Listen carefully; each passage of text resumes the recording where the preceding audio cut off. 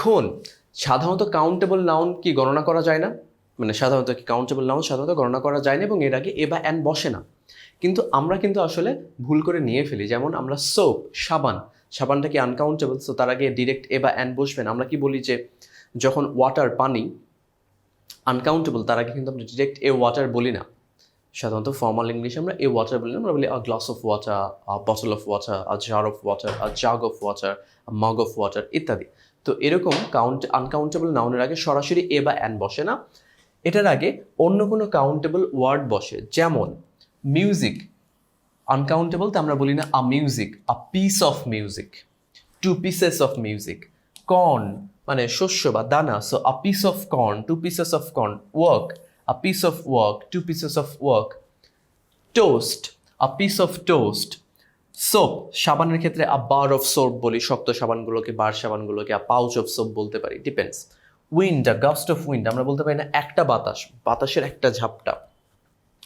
Bread, bread মানে তো রুটি, আমরা পাউরুটি বোঝাচ্ছে, so a bread, two breads বলা যাবে না, ভুল। আইদার বলতে পারি a piece of bread, a loaf of bread, a slice of bread, বা two loaves of bread, two slices of bread. Give me two breads, সাধারণত ব্রেডটা কি ফর্মাল ইংলিশে আমরা ওয়ান টু ব্যবহার করতে পারবো না, কারণ সেটা আনকাউন্টেবল। আমাকে বলতে হবে আ স্লাইস অফ, দুইটা স্লাইস চলে, টু স্লাইসেস অফ, অথবা আ লোফ অফ ব্রেড, অথবা টু লোভস, LOAVE, এর প্লুরাল কি LOAVES, loaves of bread. Lightning, বজ্রপাত যেটা হয়, bolt of lightning. A piece of thunder, so lightning, thunder এগুলো আনকাউন্টেবল, বজ্রপাত, বিদ্যুৎ চমকানো, বজ্রপাত ইত্যাদি। আচ্ছা, কাউন্টেবল নাউন সাধারণত একা ব্যবহৃত হয় না, এদের পূর্বে ডিটারমিনার বসে অথবা প্লুরাল হয়। এটা খুবই খুবই খুবই ইম্পর্টেন্ট। যেমন আমি এটার উদাহরণ দিই, আমি বাংলায় যদি বলি আমি বই পড়ছি, একটা বাংলা বাক্য যদি লিখি যে আমি বই পড়ছি, এই ক্ষেত্রে কি আমাকে বলা আছে যে আমি একটা বই পড়ছি? এর ট্রান্সলেশন আমরা লিখি আই অ্যাম রিডিং। আমি যদি লিখি আই অ্যাম রিডিং বুক, বাক্যটা ভুল। কি ঠিক হবে? I am reading a book. One of the possible answers. কেন আ বুক? বাংলায় তো আ নাই, কিন্তু এখানে নিয়মটা হচ্ছে, এখানে যে নিয়মটা বলেছি, বুক শব্দটা কাউন্টেবল, রাইট? বুক শব্দটা কাউন্টেবল, সো কাউন্টেবল নাউনের পূর্বে অবশ্যই ডিটারমিনার থাকবে। So I am reading a book নির্দিষ্ট করে বললে দ্য বুক, অথবা সেটা প্লুরাল হবে। এটা আই এম রিডিং আ বুক হতে পারে, অথবা আই এম রিডিং বুকস। আমাদেরকে অনেক সময় ব্যাখ্যা দেওয়া হয় যে বই কি একসাথে একাধিকটা তুমি পড়ো, একাধিক বই পড়তে পারো? ডেফিনেটলি পড়তে পারি, একসাথে 3-4টা বই পড়তে পারি, তাই না?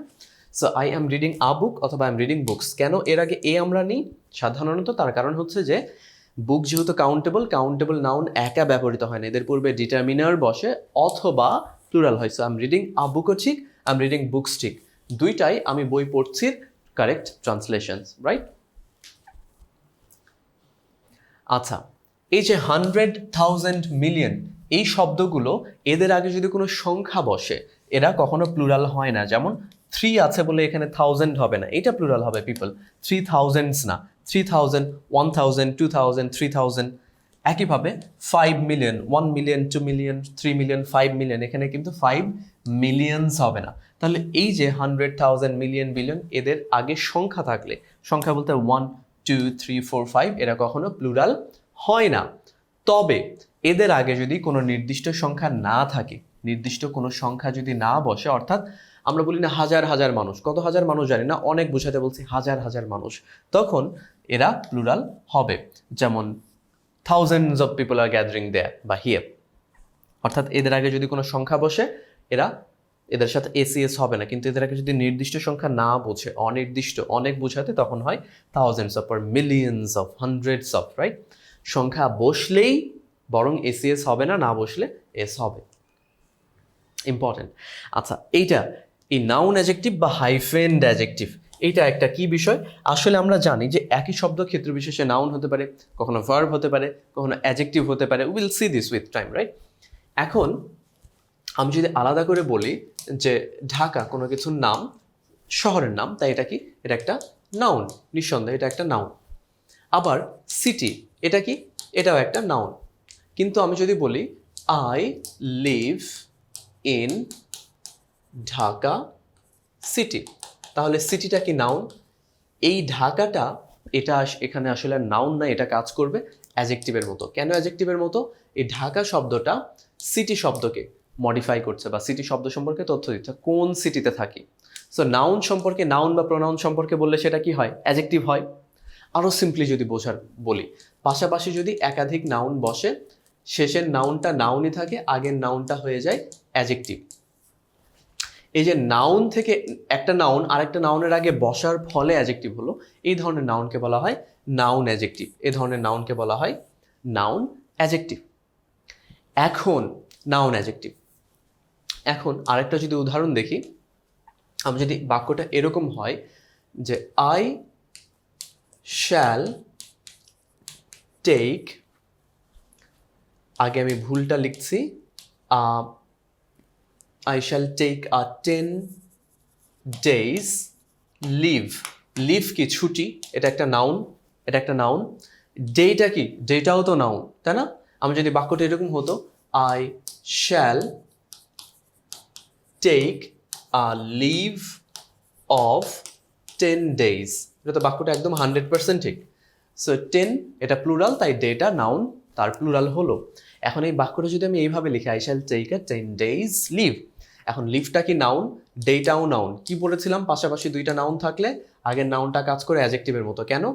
এই পরের নাউনকে মডিফাই করছে বা তথ্য দিচ্ছে বলে। এখন এটা তাহলে কি হয়ে গেল? অ্যাডজেক্টিভ হয়ে গেল। এখন অ্যাডজেক্টিভ কি প্লুরাল হয়? আমরা কি গুডকে গুডস করি, ব্যাডকে ব্যাডস করি, ওয়ার্স্টকে ওয়ার্স্টস করি? করি না। নাউনের বা তার সাথে সামঞ্জস্যপূর্ণ ভার্বের সিঙ্গুলার প্লুরাল হয়। তাহলে যেহেতু এই ক্ষেত্রে ডেটা আর ডেটা নাউন না অ্যাডজেক্টিভ, তাই ডেটা ডেইজ হবে না। So I shall take a 10 day leave, এখন ডেটা ঠিক আছে। এখন এই যে একটা অ্যাডজেক্টিভ, একটা নাউন আর একটা নাউনের আগে বসার ফলে অ্যাডজেক্টিভ হলো, এবং এদের আগে যদি কোনো একটা সংখ্যা থাকে, 10 সংখ্যায় বা বানান করে যেভাবেই থাক, এদের মাঝে অবশ্যই হাইফেন দিতে হবে।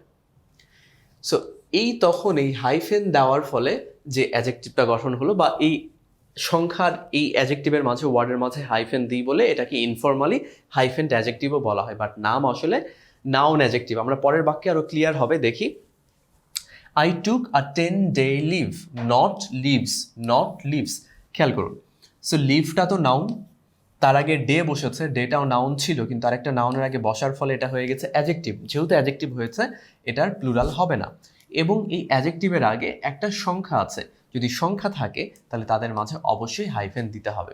তাহলে এই অ্যাডজেক্টিভটাকে আমরা বলতে পারি নাউন অ্যাডজেক্টিভ অথবা হাইফেন অ্যাডজেক্টিভ, যখন হাইফেন বসেছে। সো হাইফেনটা informal term. I read 100 page, এখানে 100 দেখে কিন্তু পেজেস হবে না, রাইট? বুক।